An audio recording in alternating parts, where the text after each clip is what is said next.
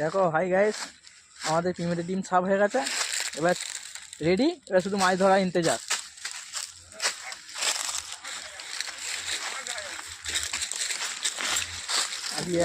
পরিষ্কার করেছে।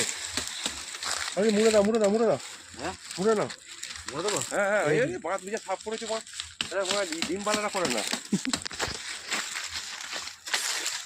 এখানে প্রচুর আছে। ওই পেপারগুলো নিতে হবে আবার। আর পেপার নেই তো? আছে, এখন অনেক আছে। অনেক আছে। বার করতে এই চিকচিকিটা আছে।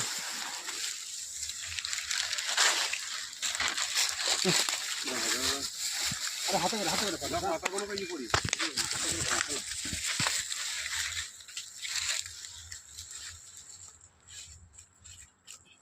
এখন রয়েছে পানি যা ভাঙবো না, জানো তো? না বহুত হয়ে গেছে।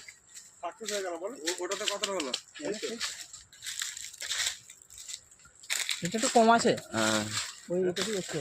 এটা অনেক এসেছে একদম ছাঁকা ডিম আছে। বাবারে, তাই তো আছে। বুঝতে পারছো না? মিলে তাহলে অনেকগুলো হয়ে গেল তো। এই পড়ে যাবে ওর মধ্যে ডিম। আজকে বাইরে আসলে পুরো কেটে যাবে শরীরে। এরকম না পুরো লাভ মুখগুলো না তবে তো মানে মুখগুলো লিখছে না কিছু না, খালি ডিমটাই লিখছে জানো। এটা হচ্ছে আমাদের মাস্টার মাইন্ড, ইয়ের ডিমের মাস্টার মাইন্ড। এটা বিচিতে ঢুকে গেছে।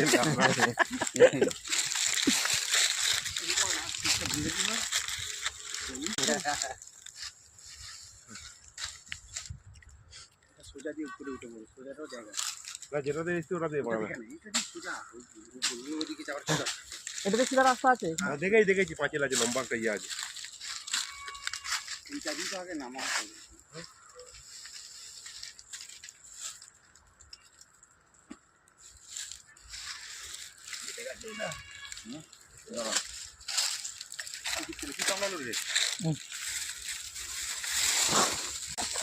বাইরে গিয়ে খাবো চলো, তারপরে গিয়ে যা ইচ্ছা হবে, ঠিক না? ওখানে উঠে যা ইচ্ছা করে ডিম হয়ে যাবে 2-4 সপ্তাহ আমাদের।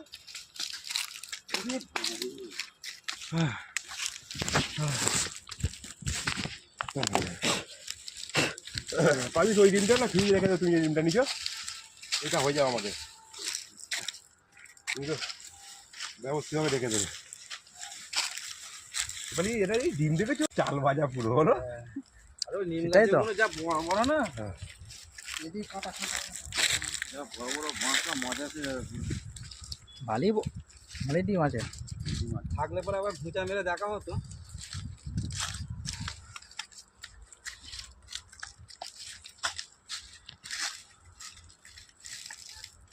আস্তে আস্তে সাফ করো, আস্তে আস্তে সাফ করো।